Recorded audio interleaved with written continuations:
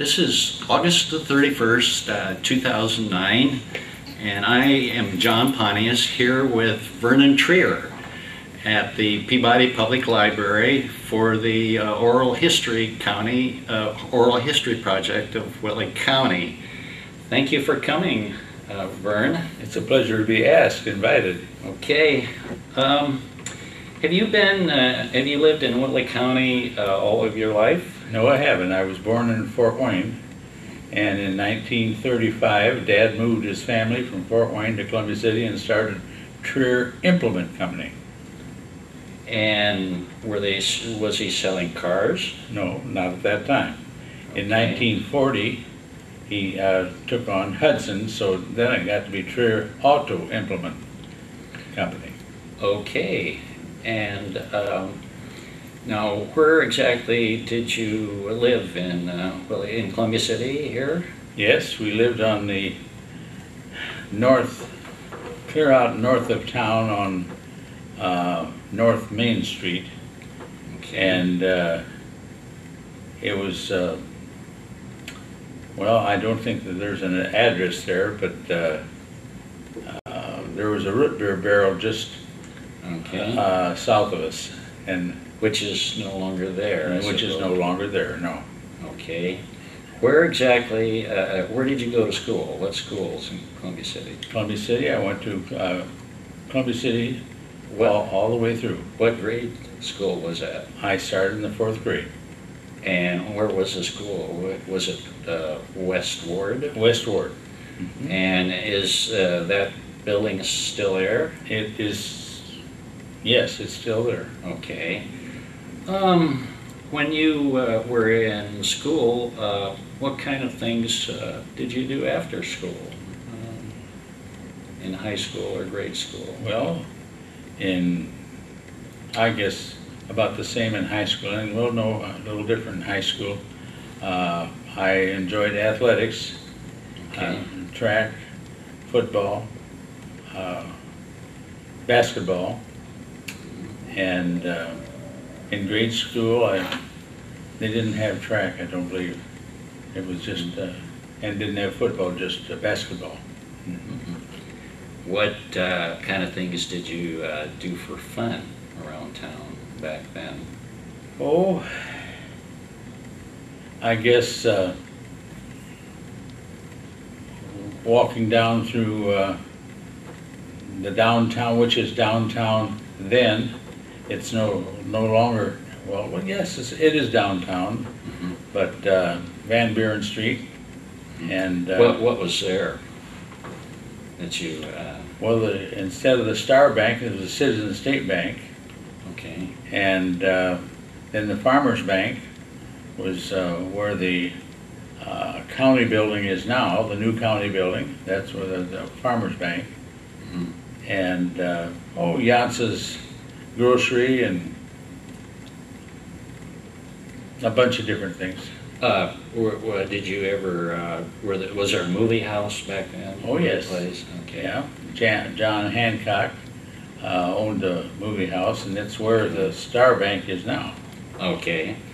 Were there any memorable teachers that you had back then in high school or grade school?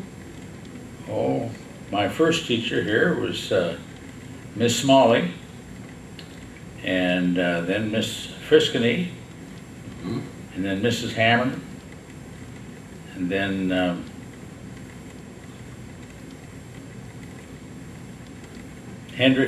Elmer Hendrickson. Okay. And I can't remember her name. What did you do right out of high school? Right out of high school, I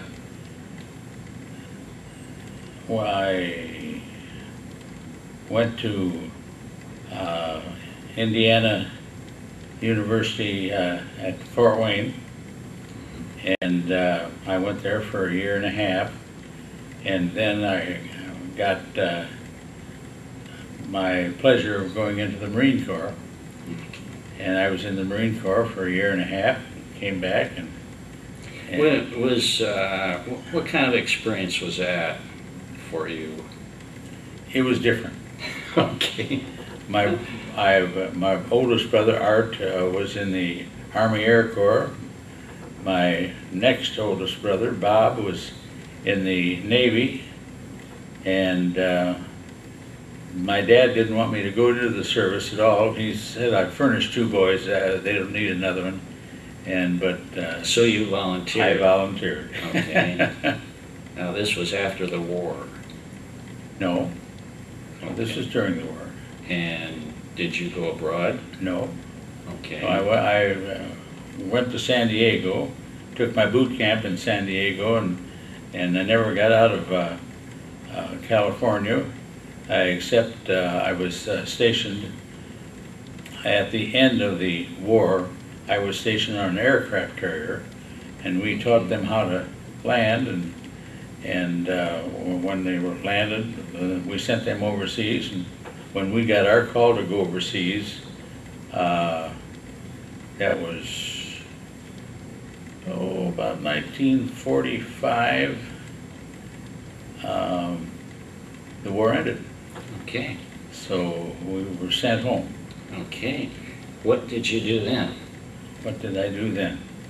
Well, while I was in the Marine Corps out in California, I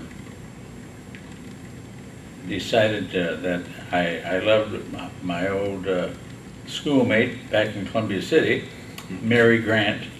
Okay. And so when we got back, she was graduated from International Business College at Fort Wayne, and at that time they were sending all graduates to Washington, D.C. to work at the Pentagon.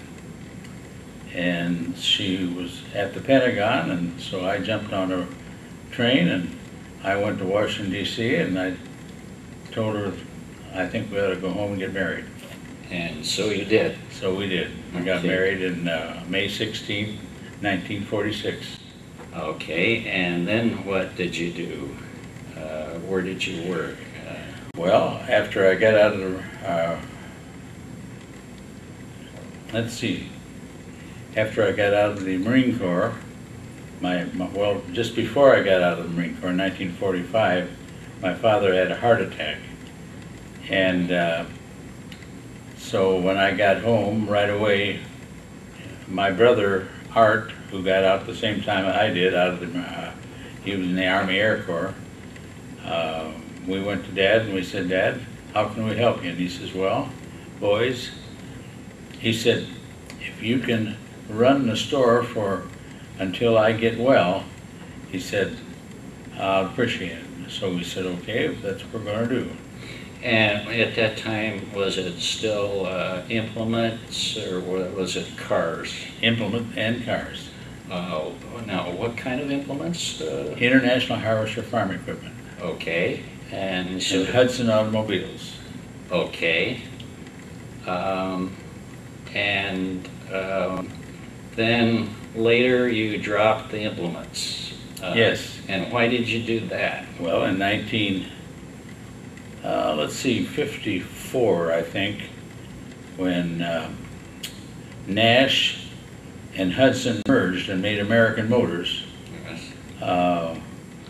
We decided that we didn't want to take on Nash along with Hudson, so we dropped the Hudson contract, and the Lincoln Mercury contract was available then, and so we went to Detroit and we volunteered for that contract, and they gave it to us, and so then it was still Trier Auto Implement Company. And where was this?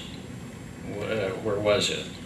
Where was the delership at that time? The dealership at that time was on South Main Street, but not near as far south as we are now. Okay. It was where the bowling alley is now. Is this a picture? That's a picture of it. Mm-hmm. Would you want to hold that up and for the camera? And so how long were you there, roughly? several years, or? Yes, we were there about, well, we were there, no, only 2 years. Okay. And then my dad bought the place, the old Tuttle Mill, Where down on where we are now. And you have that's a picture of that? the picture. And is this a Hudson there? Yeah. Those are it's two Hudsons. 1947 Yeah. Hudson, okay. So, what was the first car you ever owned? I never owned a car. You used the cars in the dealership? I still don't own a car. Okay, okay. What was the first car that you liked to drive, that you drove most? 1946 Hudson. Okay, And took that on our honeymoon. okay. Drove to California. Uh, And and was it a new car? yes, Okay. new car. Um, It didn't have any bumpers on it, and it didn't have any rear seat in it, okay, why is that? because cars then were made with shortages. And, the factories were shipping it to the dealers, and it was short the front bumper and short the back bumper and short the rear seat. And so we took 2x4s and made a front and a rear bumper, and we took it to California. What were some of the best cars that you can remember back then? Your favorite cars? Well, when I was in the Hudson business, it would be the Hudson Hornet. Hudson Hornet. Uh-huh. Okay, and what was good about that? Well, they were a nice, sizable car, and they drove well, and their gas mileage was 19 to 20 mile per gallon, which was good, Mm-hmm. because gas was only about 25 cents a gallon then. Right. But a little later on, that got to be a little expensive. Yes. What cars have been really good sellers for you in the past? Well, the Mercury, the whole line of Mercury was very good. The Lincoln, naturally, was a good line. And then we took Lincoln Mercury on in 1954.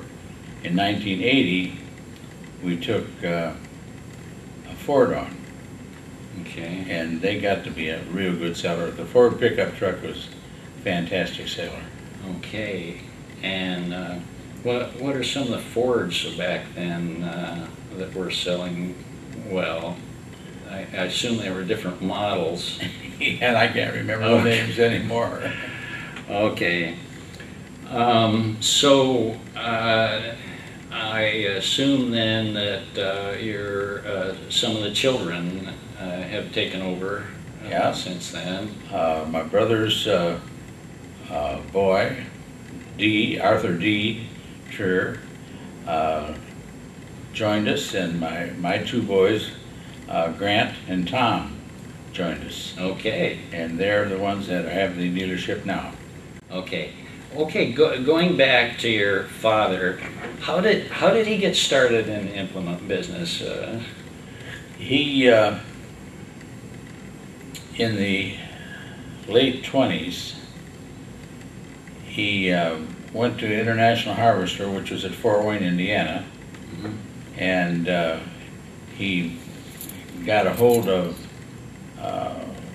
the right person, and that right person employed him to call on dealers out in the country. Now, it was strictly truck dealers at that time, but then after a couple of years, they wanted him as an implement dealer, to call on the implement dealers, and so he called on the implement dealers for about 4 or 5 years. Mhm. And Then in 1935, the dealership in Columbia City became available. Okay. There wasn't a dealership there then, but the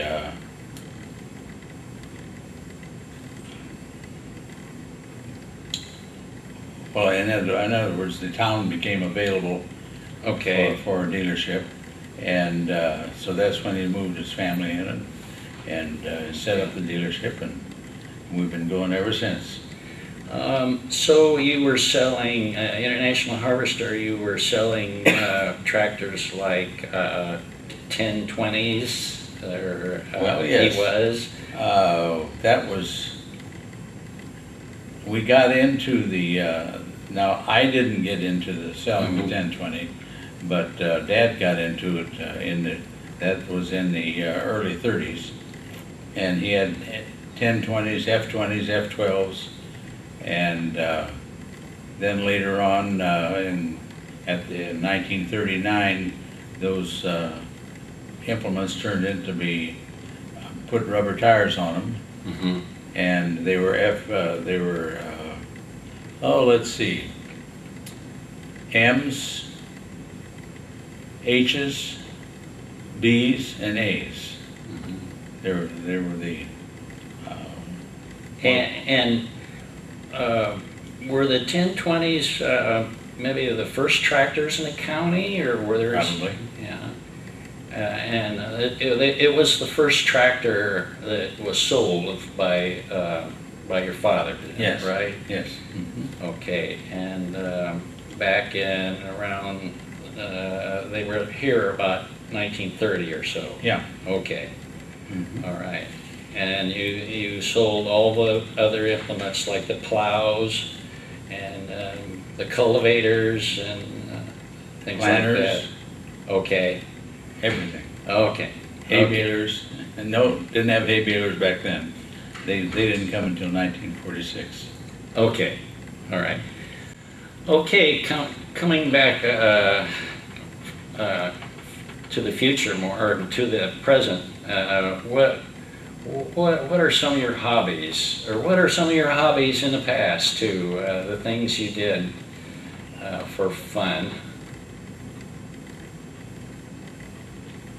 Well, I sold cars and I sold tractors. And Now, that was the I fun. seem to remember you singing. Oh, yes. Dale Bidding came to me, and Lee Bidding, and said, why don't we start a quartet? Okay. And I said, well, all right, but you two are over at South Whitley. And I said, well, we've kind of got our quartet. And I said, well, I can get one. So Ed Parker, Booney Feist, Chick Sprunger, and Vernon Trier started out the Columbians in Columbia City, and we started the barbershop chorus, Okay, that still goes now. which still goes now, yes. Okay. Okay, what kind of songs did you sing back then? Or Old songs. Hello, my baby. would you like Let to? me call you Would you sweetheart. like to sing a few lines of one of those? Hello, my baby. Hello, my honey. Hello, my ragtime gal. Send me a kiss by wire. Baby, my heart's on fire. Okay, I'm sure you're probably the best. You'll go as the best singer of all the oral history. Not really. Okay, you've been a Lutheran a long Yes. time. I was a Lutheran in Fort Wayne. I went to Emmaus Lutheran Church in Fort Wayne, and Emmaus Lutheran School in Fort Wayne. Then Is that the one on Broadway? yes, Okay. corner of Broadway and Creighton. Okay. And we had a good time, and we had very good ministers, and then came to Columbia City, and I rode my bicycle out to the St. John's Lutheran Church out by South Whitley every Saturday, and I continued my Lutheran Missouri Synod Church there And that is like 4 or 5 miles perhaps, quite a ways. A good 7 miles. 7 miles, okay. But enjoyed that, and then I graduated from there, and then we used to drive back and forth to Fort Wayne to Emmaus Lutheran Church, and but when I married my wife, well, she belonged to the Lutheran Church in Columbia City, Grace Lutheran. Okay. And we decided that we didn't want to drive to Fort Wayne, and Okay. so I joined her church, Okay. and we still belong there. Can you remember how big it might have been back then when you first joined? For example, were there 100 people that were coming? Oh, or much, many more than that. Many more than that. Yeah, there's Sundays, they would have 200. Okay. Now, they're smaller than that now. Okay. But most churches are smaller now, Okay. but there's a lot more churches now. Yes. Yes.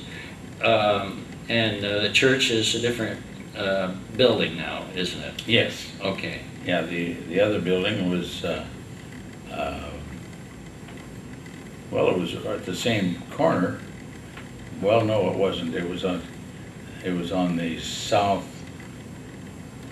corner, and now the building is on the north corner Okay. of the block there. Okay. And what do you do every Wednesday morning?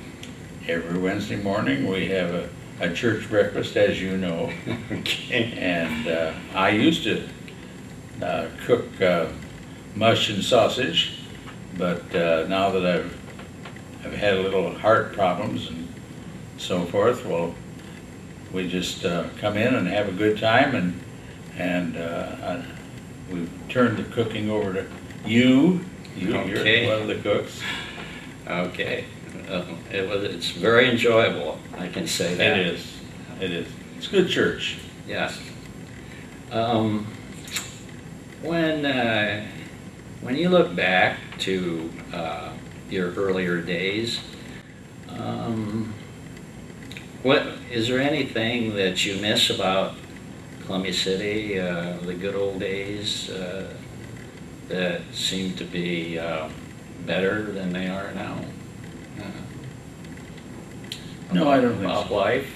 I don't think so. I think Columbia City has progressed very nicely, and I feel that that we're in a good city.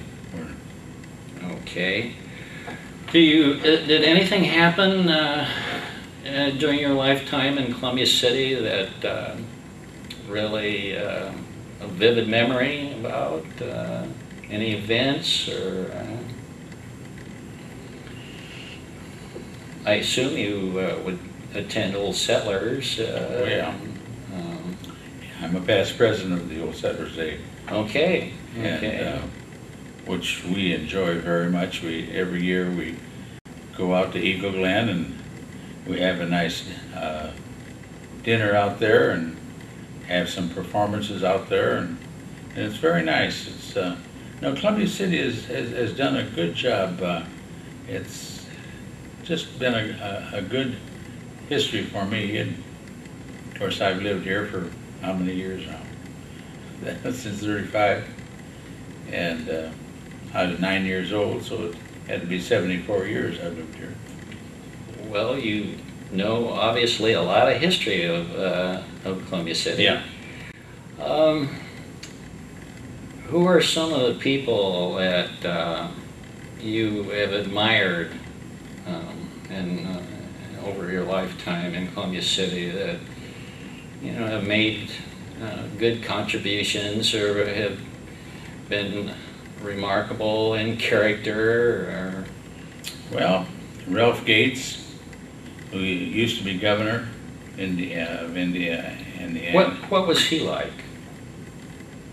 Very nice. Oh. To me, elderly person. Yeah.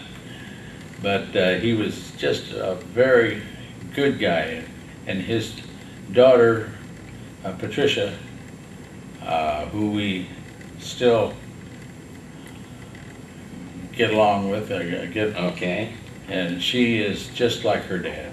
She's a nice person, and he was born in Columbia City, and his wife was born in, I think she was in South Whitley, Mrs. Gates. Okay. And her maiden name I'm trying to think of, and I can't pull it right now. But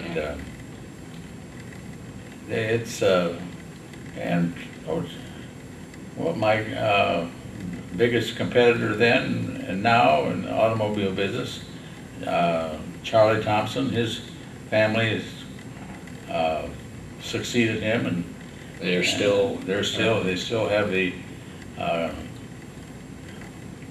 Cadillac. No, they don't. They lost Cadillac like we lost Chrysler. But So you had a lot of respect for your competitors. oh, sure. Okay, good. You bet. Is there anything else that you would like to tell about your life, about Columbia City, that you can think of now? Well, I think we've touched on about everything. I've enjoyed Columbia City. I hope they've appreciated the Triers. I think that they have. And my wife, Mary Grant Trier, enjoys Columbia City because she's lived here all her life. Mm-hmm. And her mother, Camille Grant, was 109 years old when she passed away, and she lived here all her life. Okay. And so it's been a nice visit for me, a nice life, and I thank you very much for having me here. Thank you very much for sharing your life and your stories with the Whitley County Oral History Project. Thank you very much.